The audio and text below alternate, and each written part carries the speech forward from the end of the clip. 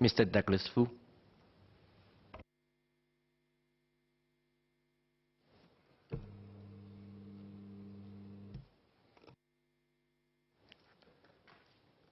Honourable Speaker, sir, please allow me to declare my interest as Chairman of Sakai Holdings Limited, President of Singapore Manufacturing Federation, Vice Chairman of Singapore Business Federation, and Vice President of Singapore National Employers Federation. I rise in support of the bill. Since its enactment in 1968, the Employment Act has been the backbone of workers' rights as well as a marker of employers' obligations. The revisions proposed in the current bill will extend the protection offered and at the same time bring the Act in line with economic changes since its last amendment in 2013. I rise to speak on 2 points. The first, changes to the Act from the viewpoint of employers, and the second, the role that the tripartite partners play in today's changing employment landscape. This bill has been lauded by many employees who see the extension of benefits proffered under the Act now extended beyond any arbitrary salary cap. Some of these well-known benefits include guaranteed 7 days paid annual leave, 11 paid public holidays, paid sick and hospitalization leave, as well as the timely payment of salary. Extension of these benefits to roughly an additional 400,000 workers is indeed a step in the right direction for labour welfare. In Singapore, a country strongly dependent on our human capital. Yet, there are valid concerns by employers.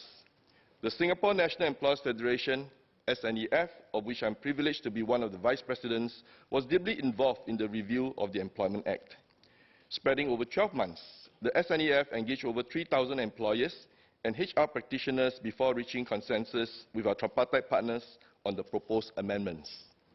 Please allow me to share with this House the main feedback that employers gave during the review, alongside some of my humble observations and suggestions. First, rising costs in today's global business economy, coupled with the uncertainty of trade wars in the world, place our business leaders in a highly stressful environment, where cleaning profit margins have to be carefully managed against rising costs. Except for Part 4 of the Employment Act, all managers and executives will now be covered by the Act after the amendments are passed. Accordingly, managers and executives will all receive the same protection as rank-and-file workers. It is happy to note that most employers already provide this minimum coverage of benefits, if not better, for all their employees.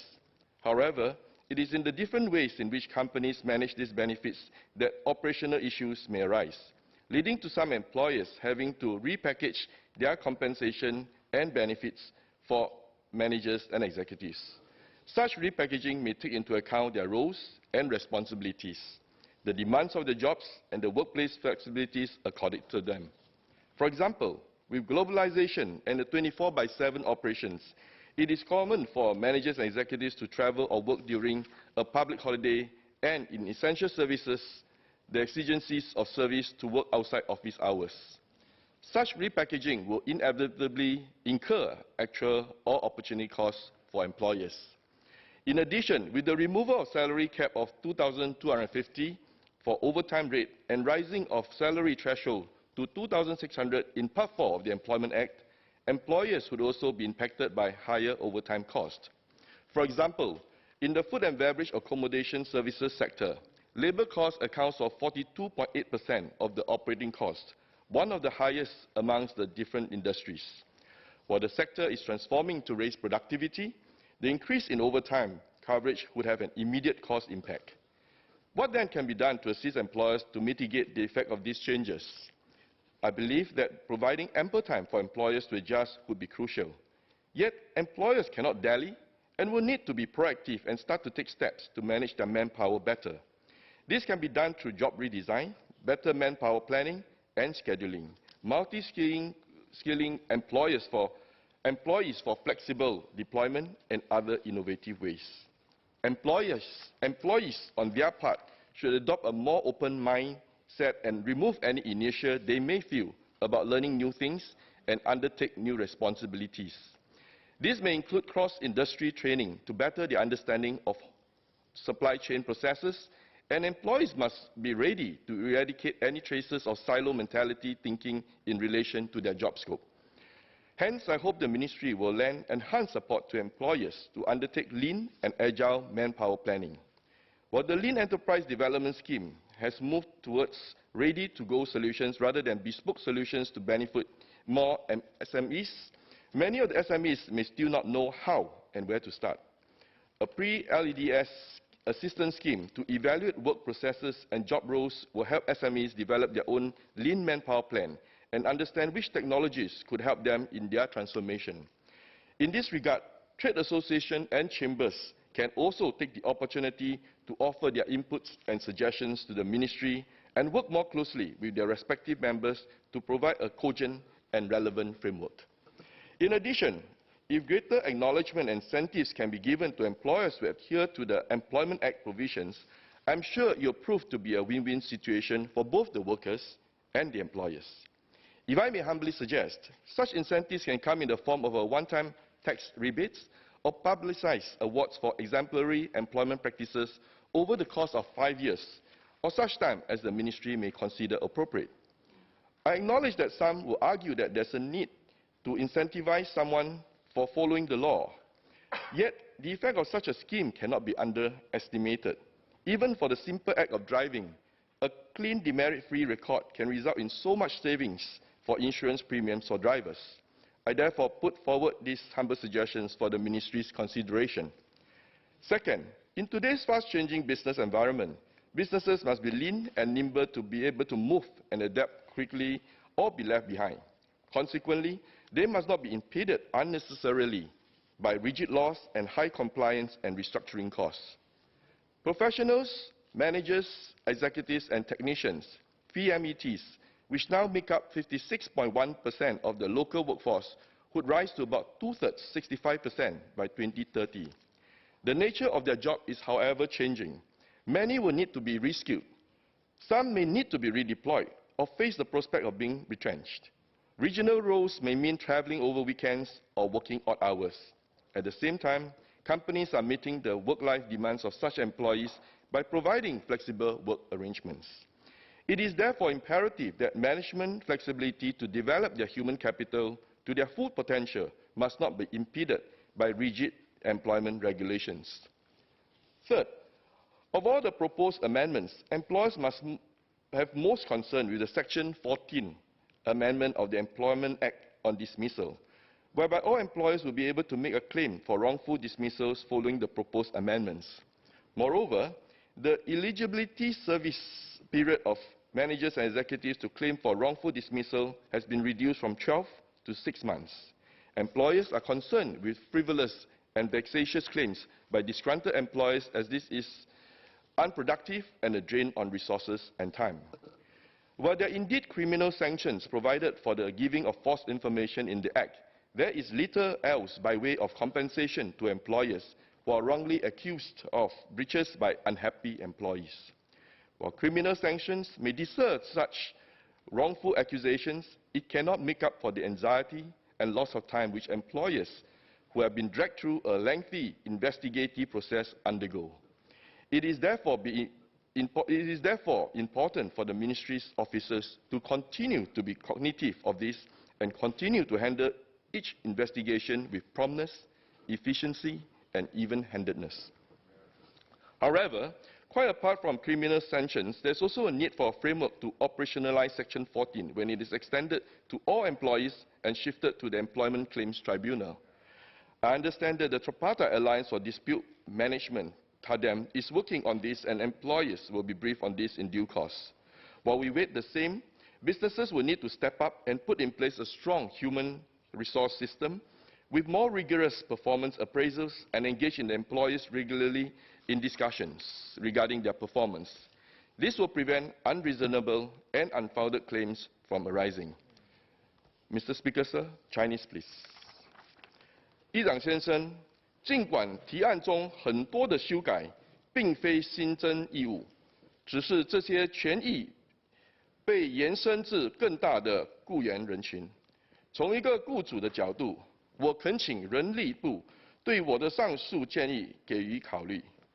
我深信，人力部连同相关部门，如能在修订实施的第1年，开始针对性的教育宣传运动和清楚式执法方式，这将对雇主们起到很大的帮助。接下来，我将进入我今天想要分享的第2部分：劳资政3方合作伙伴的角色。近年来，许多国家推行了劳动法的改革，为了使他们的劳动力市场变得更灵活、更具竞争力。例如，2个拥有高失业率的国家希腊和西班牙所实施的劳动力市场改革，呼吁当地雇主在聘用、解雇和决定工作时间方面拥有更大的灵活性，以致创造更多的就业机会。更近期是法国总统埃梅里麦克龙尝试放宽法国的劳动法，准许企业协商工作时间和酬劳，希望以此降低失业率。未来，我们的企业将面临更多变化、不确定且复杂的环境。正如人力部长杨立明部长在今年5月的工作计划研究会上所提到的，我们将需要敏捷的劳动力、敏捷的企业、敏捷的政府。敏捷的劳动力能使劳工适应企业的重组和转型，这意味着劳工需要学习新的技能，并胜任新的职能。敏捷的政府将有能力应对不断变化的经济挑战，以及新兴的就业人口特征和结构。但更重要的是，企业必须具备在挑战的海洋中航行的敏捷力，实行可持续成长，创造就业，促进经济。新加坡商业可行性的未来有一个关键的策略，就是我们劳资政3方合作关系的机制。我们很清楚，当劳资政3方聚在一起，无可避免地会产生竞争利益。尽管我们共同的目标是维护新加坡在世界环境中的利益，必须先有强大和稳定的国家，商业才能蓬勃发展，个人才能安居乐业。这一基本原则是很明确的。然而，看似简单的原则却隐藏了一个固有的道理：存在竞争利益的地方，势必需要牺牲和妥协。It is therefore by no means a simple feat for the tripartite partners overseeing labor relations and employment matters to have kept the peace since 1968, when the first version of the Employment Act was passed, whilst at the same time canvassing interests of their respective stakeholders. In a motion tabled in this House in 1998, the late Cyril Tan elucidated the important basis of tripartite partnerships in Singapore, and I quote, "The tripartite framework has served us well. Our objective as trade unions is to safeguard the interests of workers. We can do so effectively only if companies become more productive and competitive. Government must continue to provide good infrastructure, transparent regulations, and stable conditions to attract investors. Then workers can continue to have good jobs and look forward to fair wage increases. This is the basis of our tripartite relation." Singapore has succeeded so far because government, employers, and workers have worked together. Where there's industrial harmony, there's social and economic development. Where there's a constant strife, it is difficult for businessmen, local or foreign, to make long-term plans. A strong tripartite relationship is not just critical in maintaining this industrial harmony. It is also a key competitive advantage to help us become a developed economy early in the 21st century, unquote. That these words made more than 20 years ago are still strongly relevant in today's economic climate is a standing testament to the wisdom of the late Mr. Cyril Tan. Today, the tripartite partnership has worked tirelessly and largely smoothed the sometimes difficult amendments made to the Employment Act over the years and will continue to do so. It is important, therefore, for these partners to be ever aware of the important roles they play in Singapore's future and so accordingly continue to educate their members on the same. Zealously safeguarding the values to be imparted to their members and pick wisely those elected to their respective councils. Mr. Speaker, sir, I would like to end my speech by taking this opportunity to borrow from the motion tabled by the late Mr. Cyril Tan, passed by this House in 1998, to call upon, quote, the government, employers and unions to further strengthen tripartite partnership in Singapore so as to enhance Singapore's competitiveness as we face new and greater economic and social challenges, unquote, in the current and future economic climate. On this note, I affirm my support for the bill. Thank you, sir.